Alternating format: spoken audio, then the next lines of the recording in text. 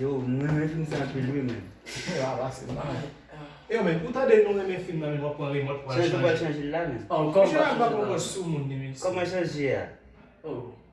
Ta Comment ba ça, men? Je ne pas regarder ma télé. Skala yo. Si ta de nou men film nan men, ni se pran remote li non. Yo, on va problème mon frère. Apre. On va problème mais. Marozo, Ya. moi m'a vous accepter Marozo. Kon a kompare nou men. Moi m'a vous accepter Marozo please. Comparer? Men. Diskite la entre nou. Yo, moi OK, nous veut dire dans parmi là qui moun qui pi free. Wow.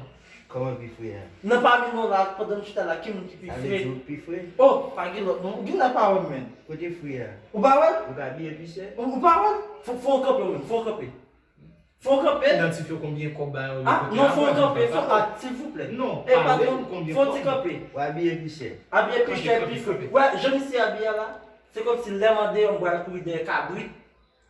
Ah, Sa ou se ou kne gande yo? Konye bagay Non, sa? men, wè ki mat e sou de mele. ah, ça va me dire météo pour ma courir des cabris dans dehors. Yo men, lè bay sa moun. Men, Yo men, sa men, men. pour avoir ça camper là. Kom ba kon alan de yo, si mda alan de yo, mda djou bay mda chanje bef. Men sa, e la kos. Yo, ça va 800 reais. I pa ta lo an? Ça va 500 reais. I mayo an? Ça va 200 reais. I se ti ou an? Ça va 100 reais. Chita bas. Ah, Oh! on va parler mais. Yo, bam zi ou bagay ten men. Mhm. Sel radio achete?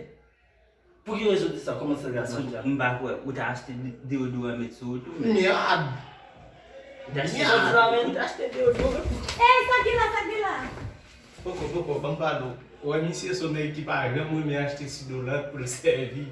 Misye tou, jou ap mache sou Moi, moun. qu'on fait comme Oi, ça. você não faz discussão agora. Misye tou, jou ap mache sou moun. Pozo. Pou Pode santi se fò. vale, pode essa. Tá derrangendo aí. Oh!